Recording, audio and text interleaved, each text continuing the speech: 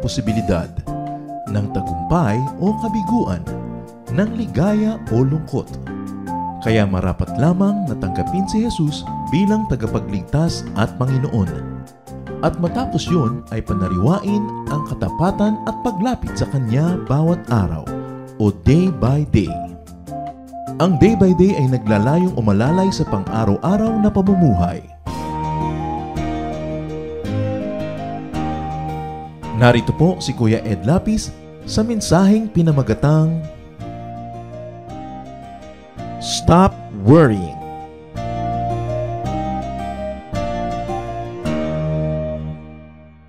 Worrying can make people sick. In fact, worrying and chronic worrying is a form of sickness. Dapat makontrol ng mananampalataya ang kanyang pag-alala. Worrying could lead you and rob you of happiness, of joy, of peace, and even blessings. Ang ating pag-aaral, dapat pa ulit-ulitin every now and then dahil nakakalimutan ng marami. Stop worrying. Tumigil ng mga di kailangang pag-aalala.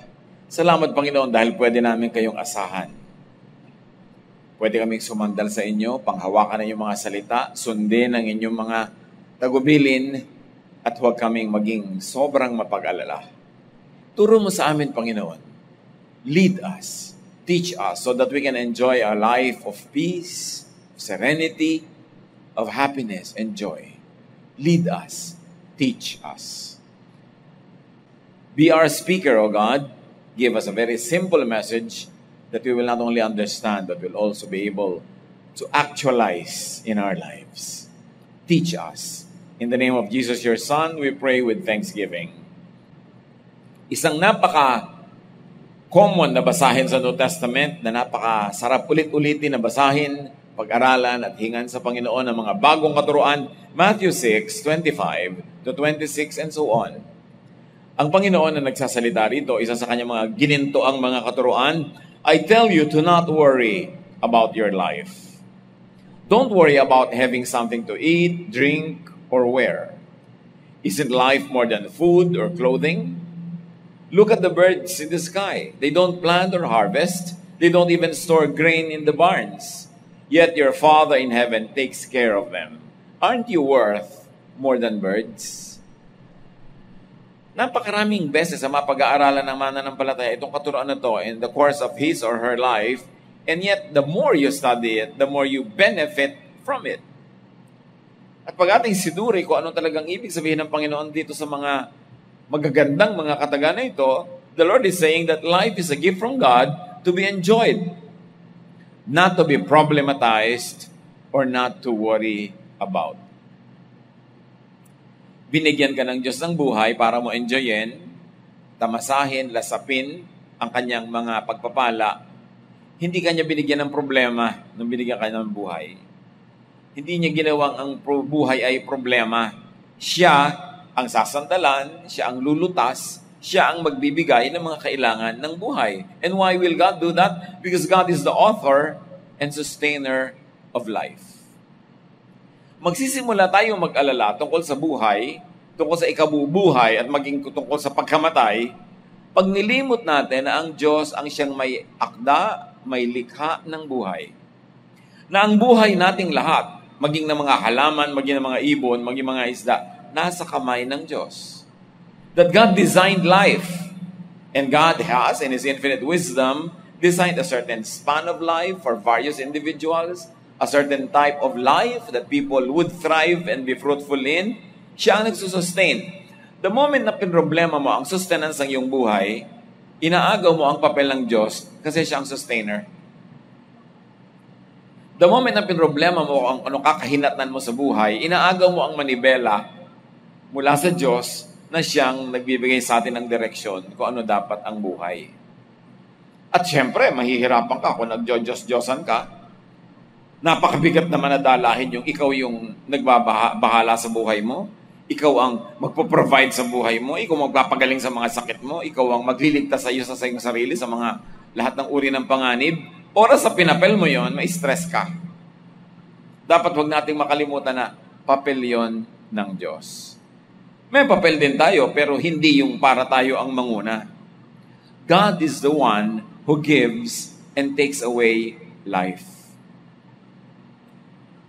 Maraming mga tao, especially pag above 40 na, nagiging very aware of death. Kaya kinakatakot niya yung kamatayan. Paano kaya ako mamamatay? Saan kaya? Aksidente kaya? Sakit ba? O ano ba? Infection? Pinoproblema nila samantalang papel lang Diyos na mag-assign kung paano ka mamamatay. Siyempre, lahat ng tao mamamatay, may paraan. It will only be another way. Kahit alagaan mo ng alagaan yung puso mo, you will die of other causes. Kahit alagaan mo yung skin mo, diet mo, there is another way that you will die. Alam ka namang di ka mamatay, hindi ka nag-to die is gain.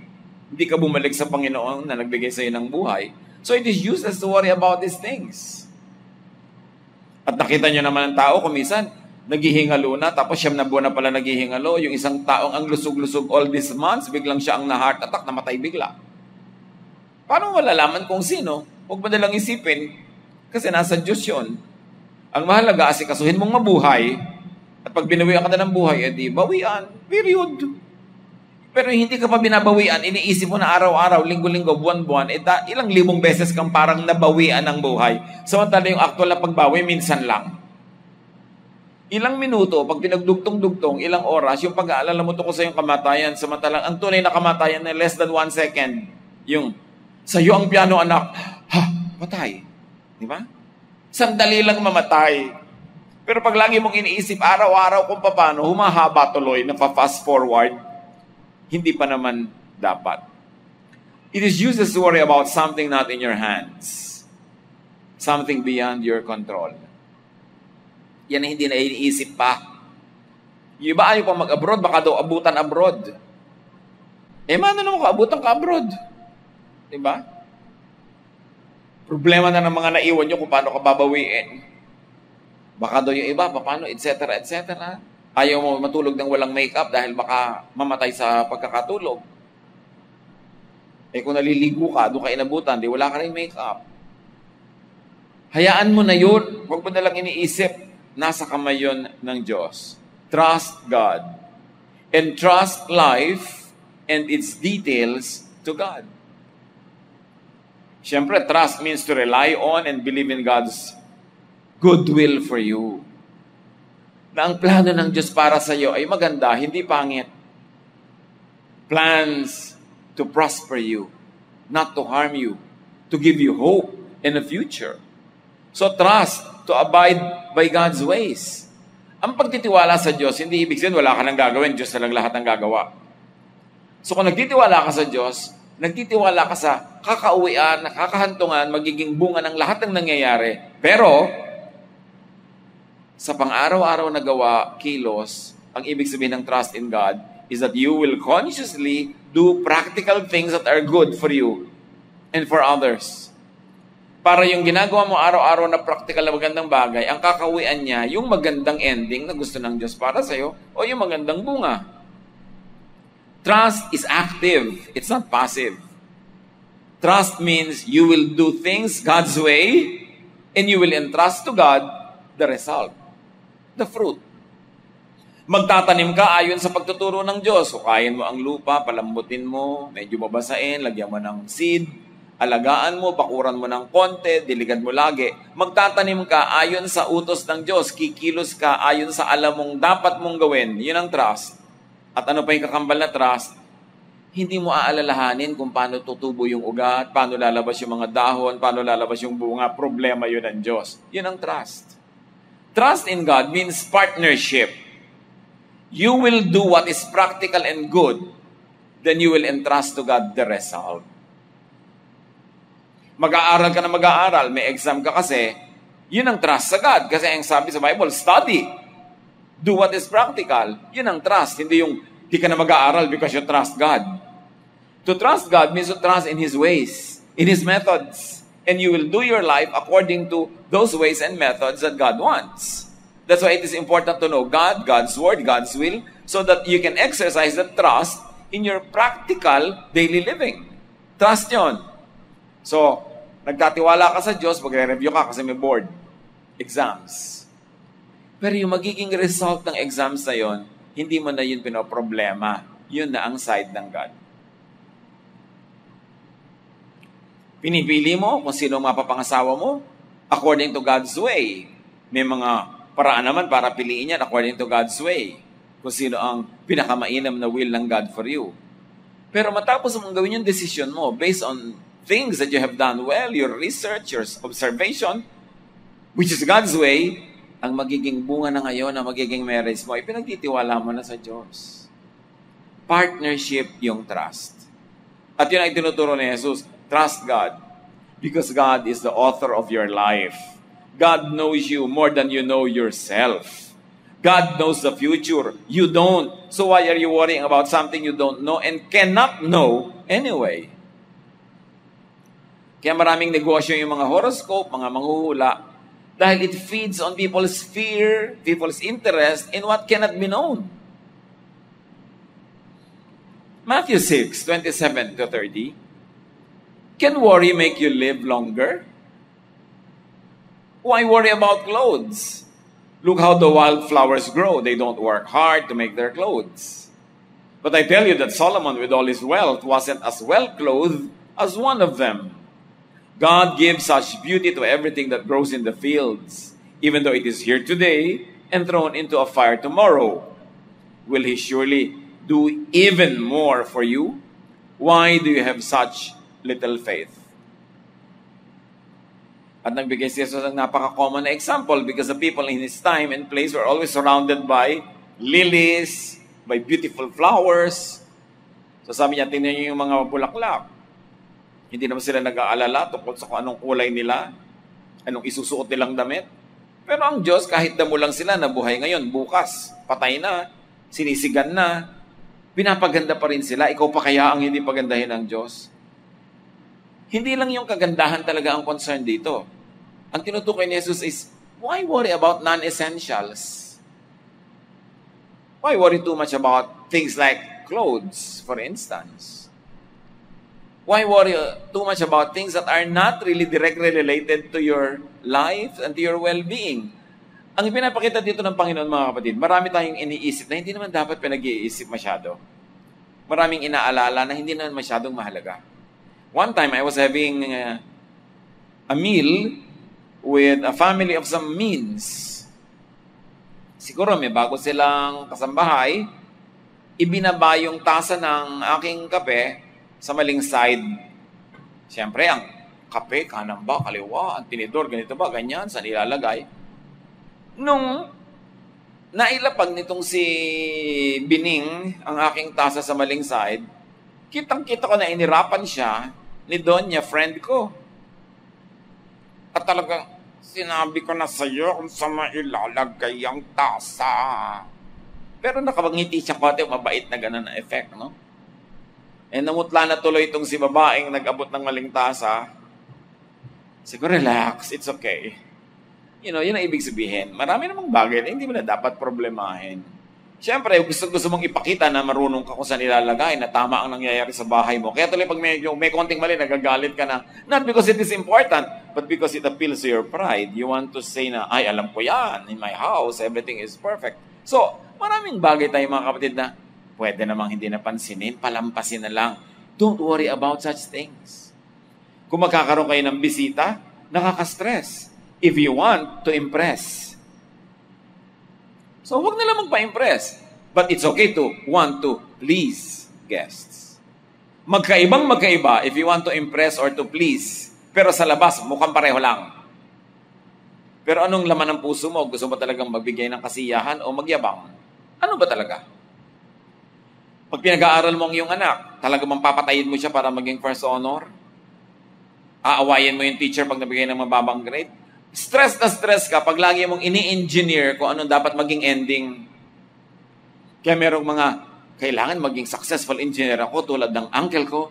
Hirap na hirap sila ng kagagapang ng mga kondisyones, kaiimbento ng mga sitwasyon para lang marating nila yung gusto nilang marating. Samantalang, relax, just do your best at mararating mo yung gustong paratingan sa'yo ng Diyos. Diyos ang magdadala sa'yo. Pwedeng hindi doon, pero dito. Pero para pilitin mo maging doon, may kukopyahin ka, may stress ang buhay mo. You will always worry. Katulad halimbawa ng mga Misis, na pag middle age na, biglang si Mr. tingin-tingin na sa 14 anyos. So si Mrs. ngayon magmumukhang 12 anyos pilit. Paano man naman gagawin yun? Nakakapagod magmukhang 12 anyos kung 46 ka na. So yung mga hindi mo na dapat isipin yan. Just be a good 46-year-old wife. Because ang katangian mo is yung wisdom mo, yung karunungan mo, yung pinagsamahan nyo. Hindi maging 14 ka dahil hindi ka na pwede maging 14 kahit anong lundag ang gawin mo. Mapapagod ka lang. So sinasabi ni Jesus, why worry about clothes? And it's not really just about clothes. Why worry about what you are worrying now? Think of what you are worrying about now. Talaga bang dapat ipag-worry? Dapat ka ba talaga maging top sa exam?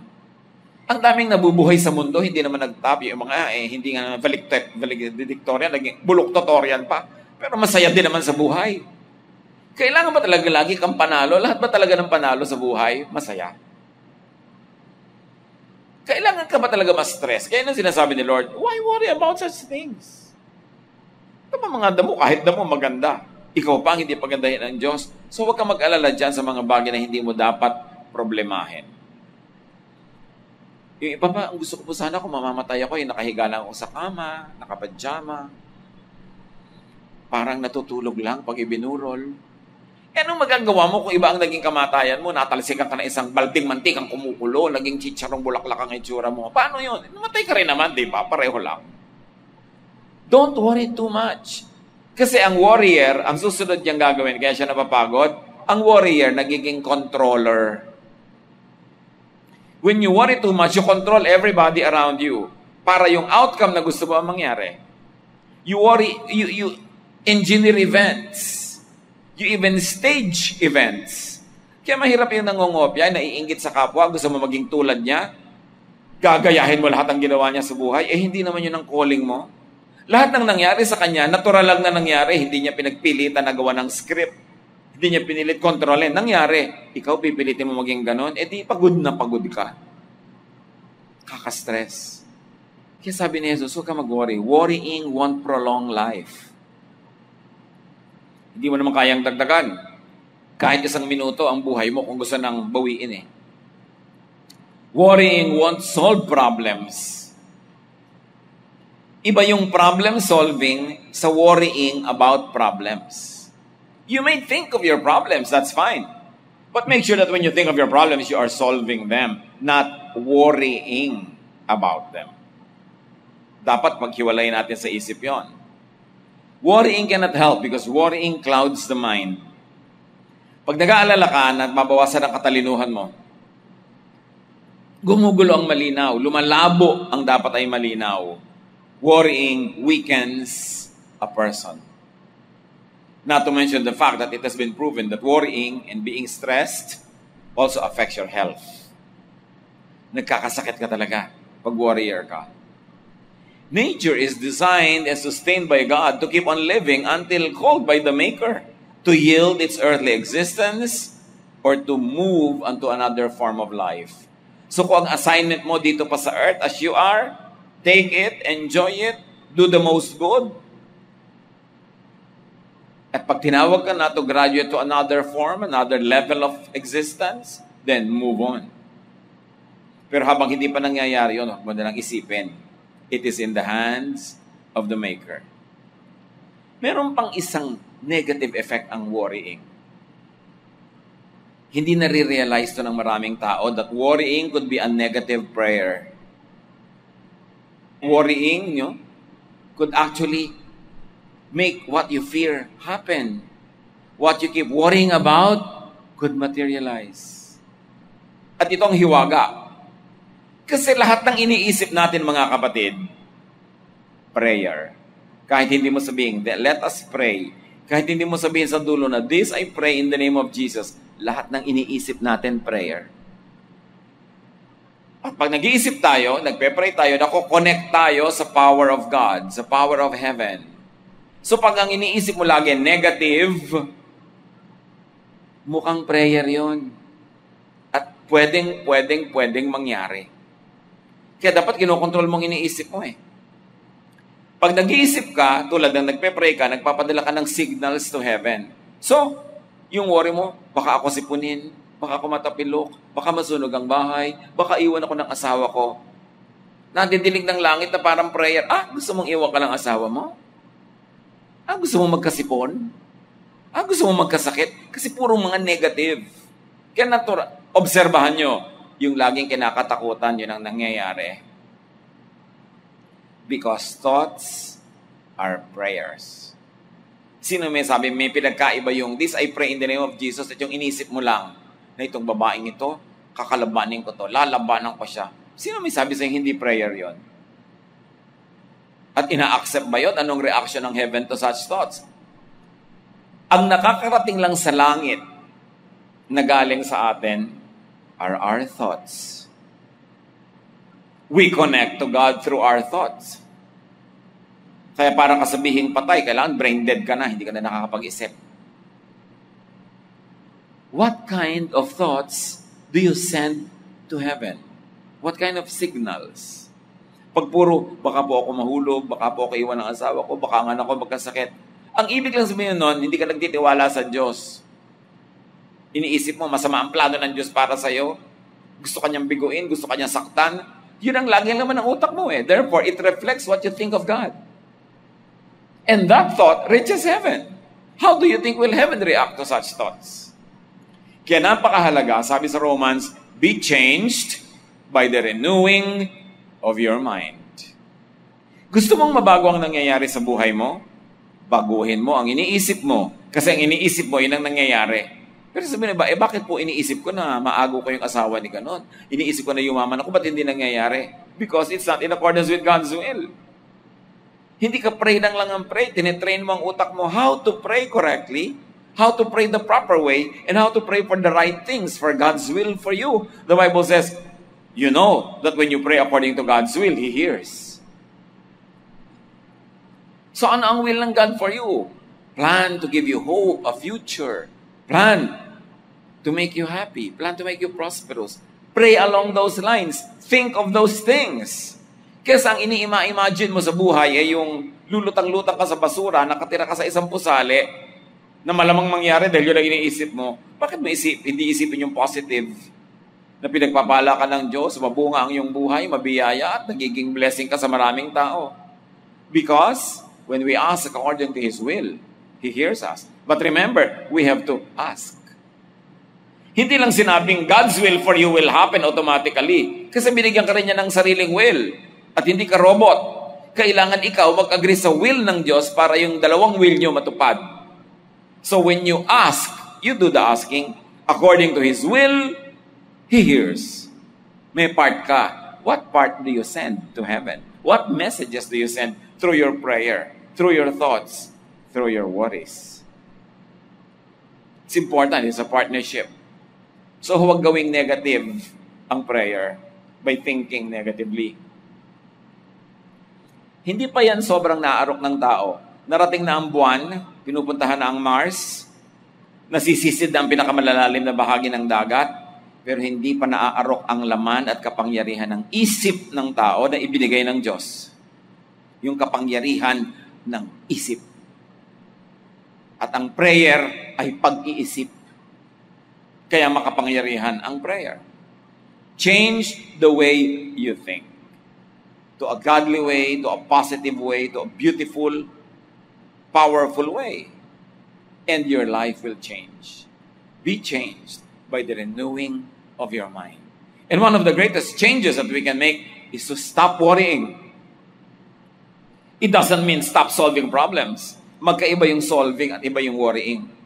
Sa solving, may ginagawa kang practical, tama, at productive and fruitful. Yung worrying, wala. Basta puro lang lalangoy-langoy ka sa thoughts, sa negative, nakakatakot, nakakapag-alala. Matthew 6:31-33, don't worry and ask yourselves, will we have anything to eat? Will we have anything to drink? Will we have any clothes to wear? Only people who don't know God are always worrying about such things. Your Father in heaven knows that you need all of this. But more than anything else, put God's work first and do what He wants. Then the other things will be yours as well. Magpe-pray ka, Lord, ang nanay ko po nasa ospital. I know, sabi sa'yo ng Diyos, Lord, kailangan po ng pangmatrikula ng anak ko. Alam ko, di ko ba alam yon? Lord, bukas po magbabiyahe ang asawa ko, sasakay sa aeroplano. Alam ko. Do not pray to inform God. Kayo ba, nararanasan nyo kayo sinasabihan kayo ng kapwa ng napakasimpleng bagay, tapos minsan napipikong ka na, sabihin, alam ko, bakit di ko ba alam yan? Mga sinasabi mo, Lord, may sakit po ako. Alam ko, isang linggo ka na nga may sakit eh. Lord, ako may sunog po sa bandang yan. Alam ko. So ano ba talagang gusto mo ipag-pray? Why are you telling me something I already know? Sabi niya, don't worry. Don't ask crazy questions. Don't ask questions that don't really matter. Sabi niya, only people who don't know God worry and ask about these things. Do you know your God? Yes. Therefore, alam mo, dapat na alam ng Diyos ang kalagayan mo. Ba't ini-inform mo pa? Sabi niya, itong gawin nyo. Intindihin nyo na alam ng Diyos ang kalagayan nyo. Alam niya ang mga kailangan nyo. No? Alam niya bago ka pabanalangin. Ang atupagin ninyo, sabi sa verse 33, put God's work first and do what He wants. Sabi ng ibang version, seek ye first the kingdom of God and all these things will be added to you. So, imbes sabihin mo sa Diyos yung kailangan mo, imbes humingi ka ng humingi, ang atupagin mo is to do what pleases God. That will be your very, very positive, proactive prayer. Worrying means lack of knowledge of God. It means lack of faith in God. And telling God what you need is repetitious, redundant, and fruitless. So, kailangan kilala mo Diyos. More knowledge of God means less worry. Na ang tunay na malalim na kahulugan is more spirituality and less materialism means less worry. The more you know God, the more spiritual you are, the less materialistic you will be, the less you will worry about these materialistic things because 99% ng iniilala natin ay material in nature. Pera, physical health, bahay, kotse, panghulog dito, puro physical. Sabi, kaya kayo lagi nag-aalala, ang inaatupag nyo lang physical, hindi nyo atupagin yung spiritual. Kasi kung kayo busy sa spiritual growth, busy sa spiritual feeding, busy sa spiritual service, busy sa spiritual growth, walang space matitira sa pag-aalala. But because you are not busy with spiritual things, the devil finds you idle and gives you some worrying to do about material things. In the absence of great things, small things become big. So pag walang great and big thing ang iyong buhay na may kinalaman sa Diyos, paglilingkod sa Diyos, misyon, kawang-gawa, paggawa ng mabuti, which is big in the eyes of God, pag wala kang ganong big, kahit maliit na bagay, nagiging big kasi walang big eh. Kaya mali lang ang lagay ng tasa, magagalit ka. Sobra lang medyo nasunog ang prito, nag-aaway na ang mag-asawa. Nakalimutan lang na naka-on ang electric fan pag-aawayan. Tumapo ng konti ang tubig, naligwak ang kape, may awayan. Why? The size of a man's heart and brain is determined by the size of the thing that makes him angry or worry. Kung nag-aalala ka tungkol sa napakaliit na bagay, ibig sabihin, walang malaking bagay ang buhay mo. Walang misyon. Walang great tasks to do. Kaya pati maliliit na bagay, pinalalaki na lang para magmukhang may malaki sa buhay. So what is the antidote to worry? Know God as much as possible. Keep knowing God. Change from glory to glory. Then you will know na may bagay na malaki at may bagay na maliit. Sabi ni Jesus, you hypocrites, you swallow a camel but you strain out a gnat. Kahit buong kamelyo, nalululon nyo. Pero maliit na insekto, di nyo malulon. Mali ang concept nyo of what is important and what's not, what's big and what's small. At sabi niya, seek first His kingdom and His righteousness. Prioritize God's work. Prioritize God's kingdom and spirituality. Do what God wants. And when you do that, you will not worry, or you will worry so much less because there's no more space in your heart for such things that come from the devil. Fill your heart with the works of God, and you will have no space for the works of the devil. and worrying is not God's work. It is the work of the devil. Do what God wants.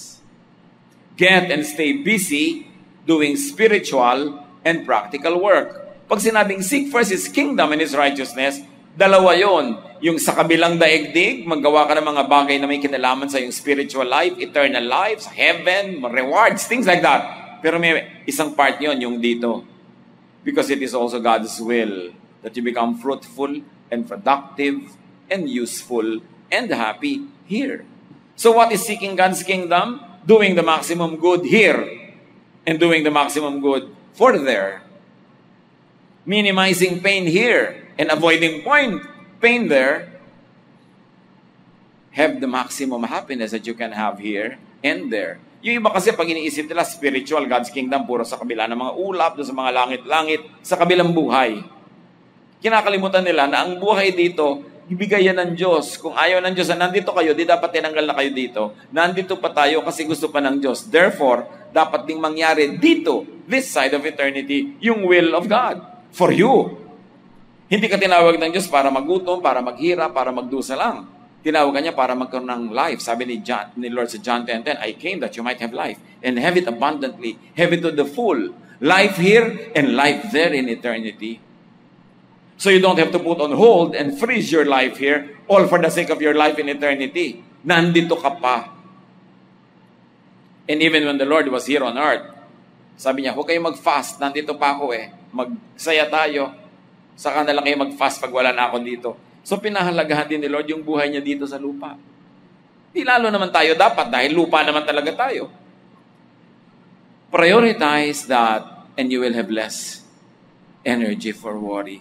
Leave no space for the devil. Leave no space for worry. Sabi sa Bible, give the devil no foothold. Huwag niyong hayaang may tungtungan, may kapitan. Dahil pag nangyari yon, hindi na siya aalis. Do things that are spiritual for inner strength and peace. Do things that are practical for productivity, fruitfulness, and for your provisions. Yung iba naman kasi, kaya nagwo-worry about their future. Wala naman silang ginagawa ngayon. Hindi nagtatanim, pwede ka talaga mag-worry kung anong aanihin mo bukas. Pero pag nagtatanim ka na ngayon, ginagawa mo yung best mo, huwag ka na mag-worry about the future harvest. Trabaho na yun ng Diyos.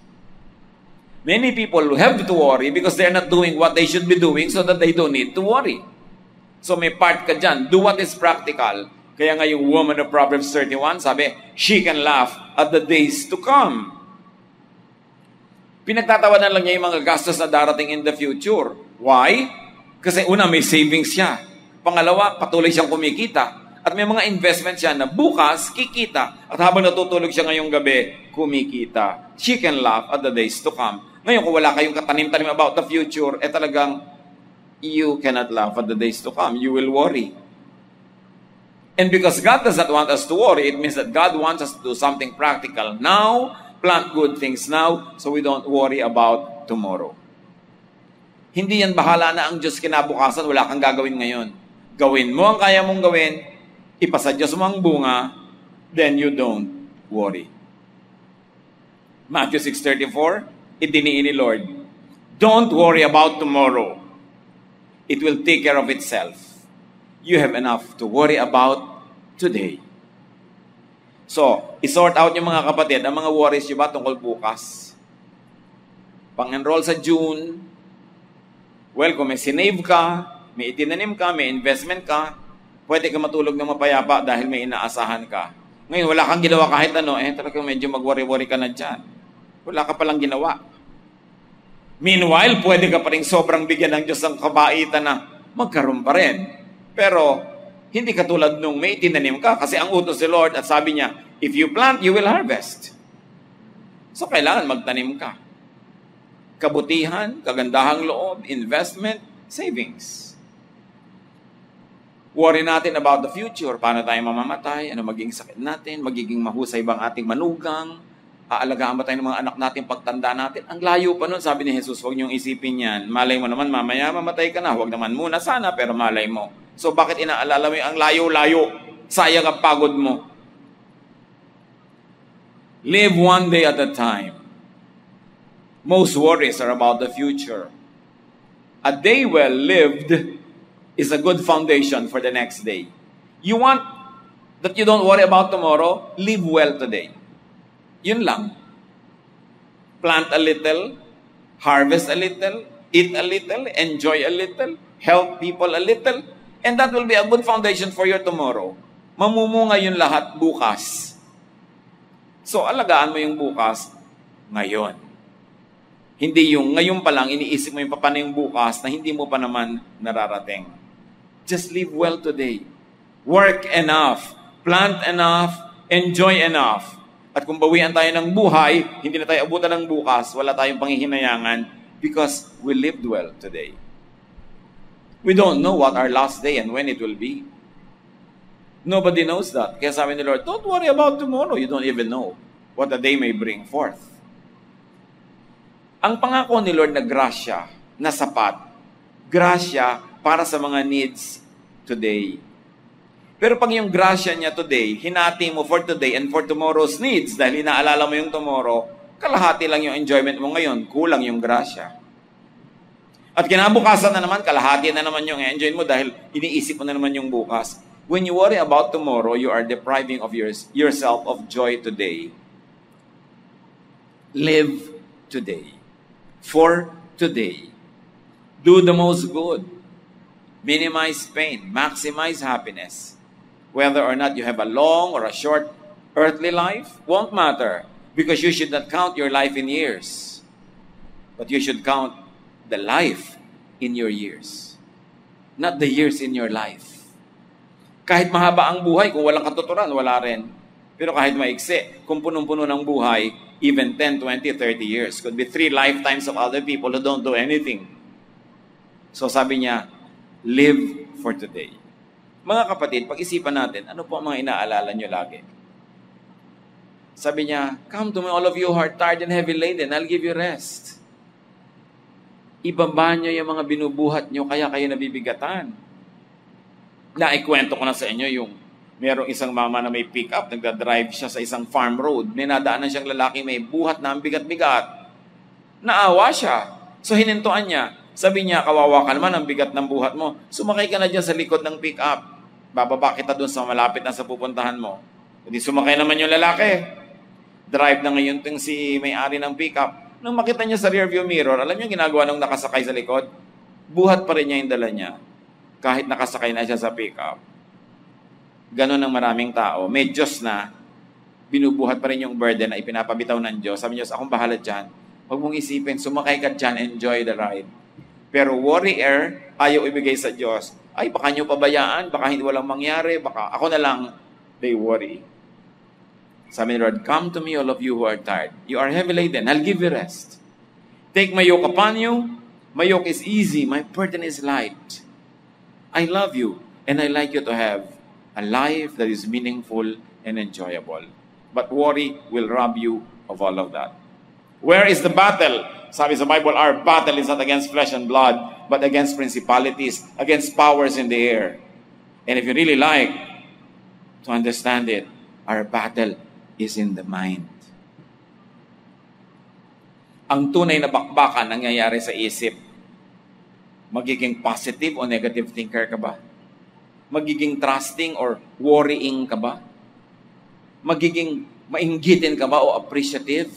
Ang buong buhay mo, ang shape ng buhay mo at pupuntahan ng pang-araw-araw na buhay mo is determined by the way you think. Kung selosa ka, inggitera, you will be miserable. Pagka mapagduda ka, wala kang pagtitiwalaan. Pag mapandaya ka, gusto mo maging mapanglamang, you will be easily swayed by the devil. Your life is determined by the way you think. And when you think, you are praying.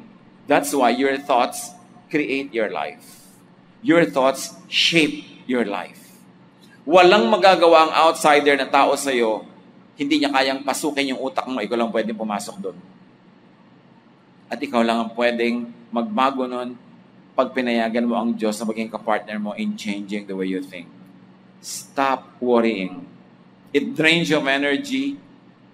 It expresses distrust in God. It makes you miserable. Trust God, meaning do what is good and proper and fruitful and leave the rest to God. Then you can enjoy this life. You don't know what the future holds, but you know who holds the future.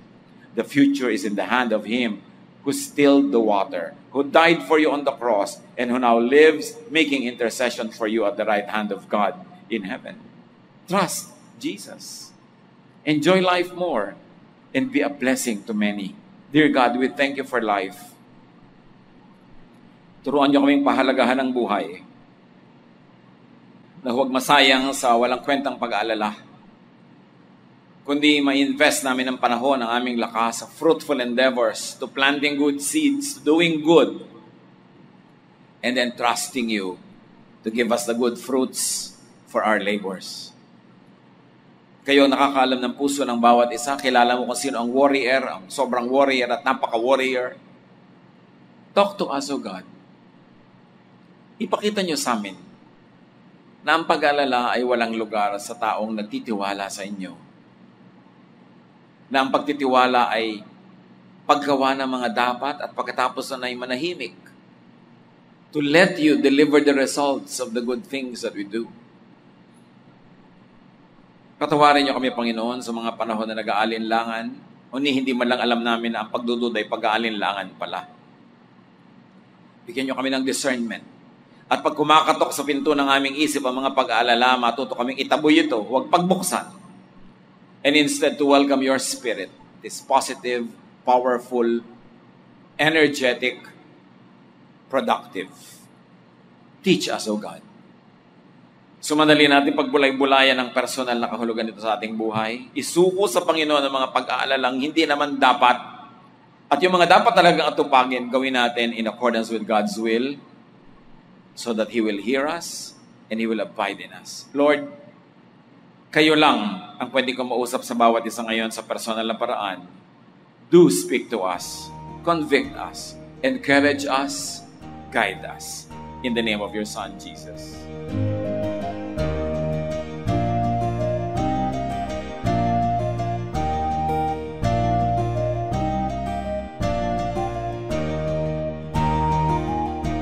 Ang katatapos pong mensahe ni Kuya Ed Lapiz ay pinamagatang Stop Worrying.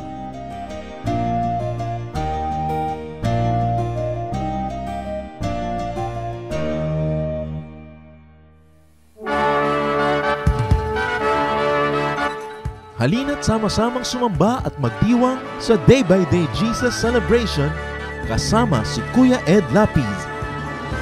Bulwagan ng Panginoon, PICC, one Sunday a month, Philippine International Convention Center, Rojas Boulevard, Pasay City. All other Sundays, sa mga day-by-day mini-bulwagan ang pagtitipon. Para sa buwan ng Setyembre, gaganapin ito sa September 1, 2024. 8 a.m. ang First Jesus Celebration, 10 a.m. naman ang Second Jesus Celebration. Para sa iba pang detalye, bisitahin ang ating official Facebook page, Day by Day Friends.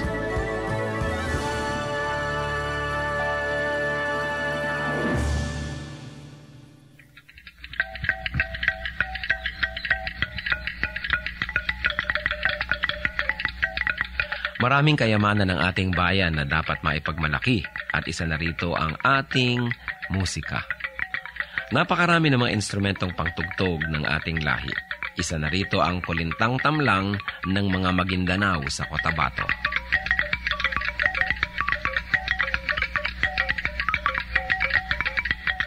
Ang kulintang tamlang ay instrumentong pangmusika at yari sa 8 piraso ng kawayan na inilatag ng sunod-sunod ayon sa haba at tono. Hinahampas ito ng 2 maiigsing patpat sa magkabilang kamay. Sa mga Maguindanao, ang kulintang ang pinakakilala at pinakapangkaraniwang instrumentong ginagamit sa mga kasiyahan. Ito ay isang hanay ng 8 maliliit na agong na may umbok. Subalit sa kakulangan nito ay maaaring gamitin sa halip ang kulintang tamlang. 2 tao ang maaaring tumugtog sa isang set ng kulintang tamlang. Ang una ay tumutugtog ng melodya, habang ang ikalawa naman ay tumutugtog ng ritmong paulit-ulit or steady drone rhythm, na pinakamaliit na instrumento naman ang siyang hinahampas. Karaniwan din na makikita itong ginagamit ng mga kabataan sa kanilang pagsasanay at pag-aaral ng mga ritmo ng kulintang.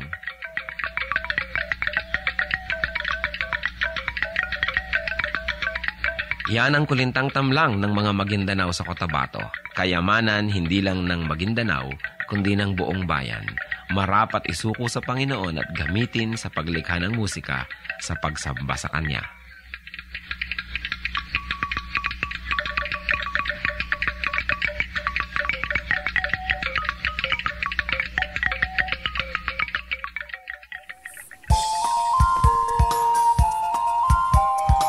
Ako po si Kuya George D. Macali. Inaanyayahan po namin kayo na dumalo at makisaya sa Jesus Celebration sa ating Day by Day Caloocan Malabon Mini Bulwagan. Ito po ay tuwing linggo sa Bulwagan ng Panginoon. Ito po ay located sa number 47 Libis Espina Street, Barangay 14, Caloocan City.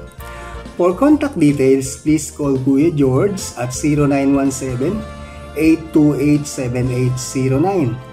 Gayon din kay Kuya Gary Gargaritano at 0977-852-6536. Halina po tayong magsama-samang ipagpuri, ipagdiwang parangalan ang ating Panginoong Jesus.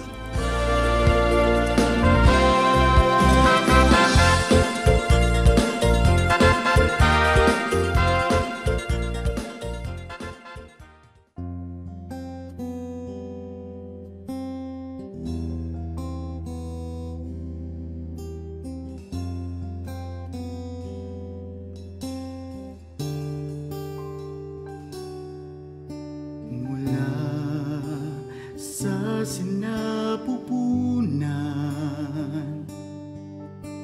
ako'y iyong kilala. Wala na ngang iba, sa inyo'y hihigit pa. Panginoon, tapat dakila ka. Kayo lang ang pupurihin at siyang tatanghalin, pagkat kay buti-buti niyo sa akin. Ang pag-ibig na sadyang kay ganda, mga pangako niyo'y gabay sa aking daan. Walang makapapantay sa anak ninyong alay. Ang pag-ibig niyo'y sapat kailan pa man.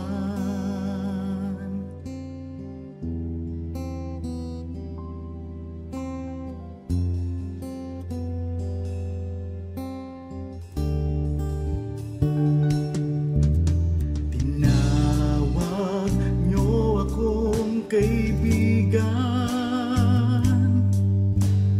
kahit na ako ay pariwara,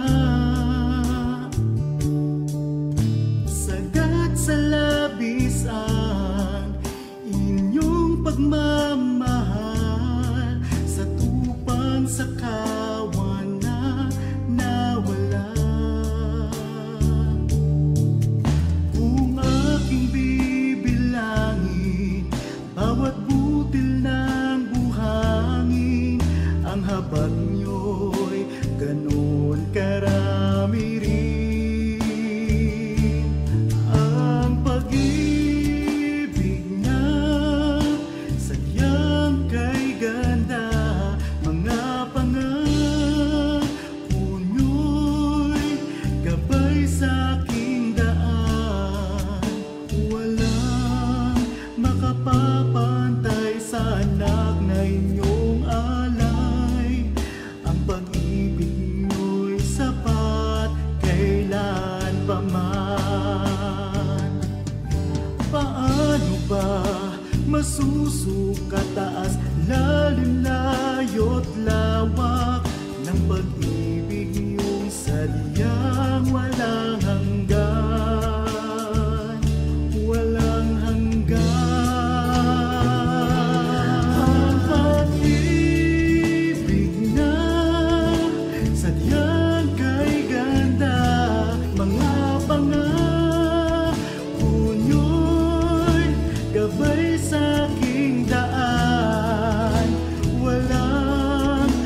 makapapantay sa anak na inyong alay. Ang pag-ibig niyo'y sapat kailan pa man. Ang pag-ibig niyo'y sapat kailan pa man. Ang pag-ibig niyo'y sapat kailanman.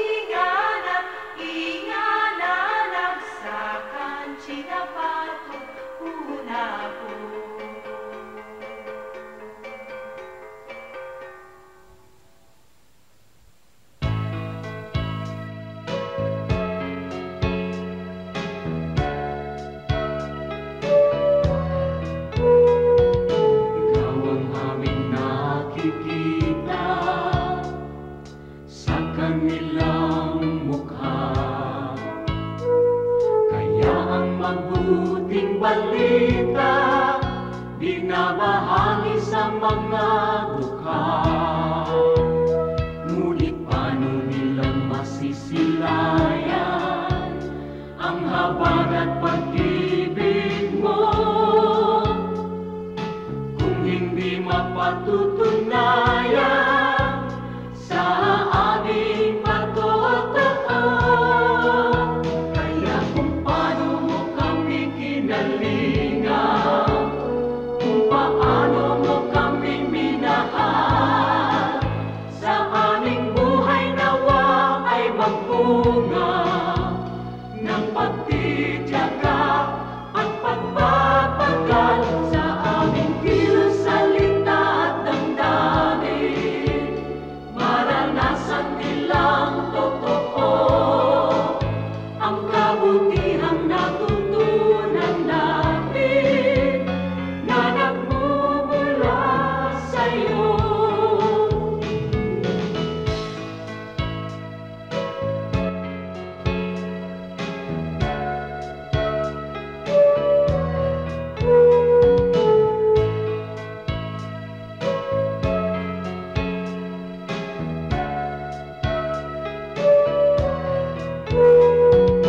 Kung ang tao at ang lipunan ay laging makasarili,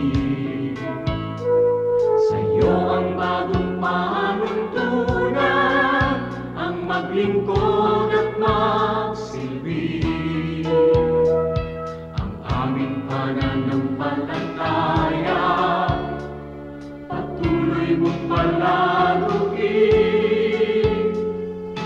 at sa iyong dakilang biyaya di ka namin bibiguin.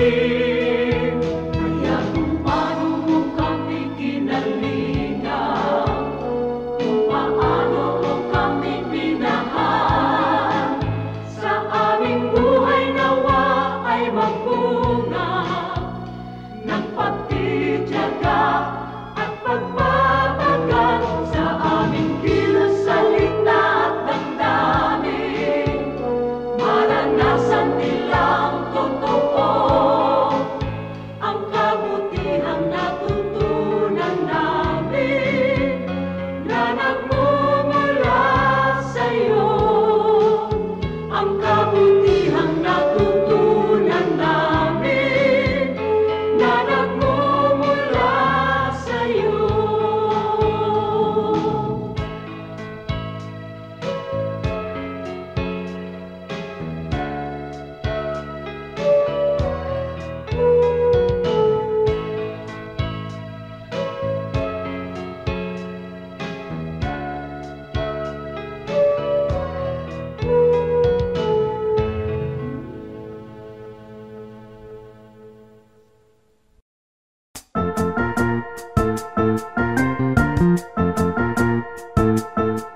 Oras na po para pansamantalang magpaalam ang programang Day by Day. Tayo po'y magsama-sama tuwing ika-6 hanggang ika-7 ng umaga, araw-araw. Magandang umaga po at mabuhay ang Panginoong Hesus!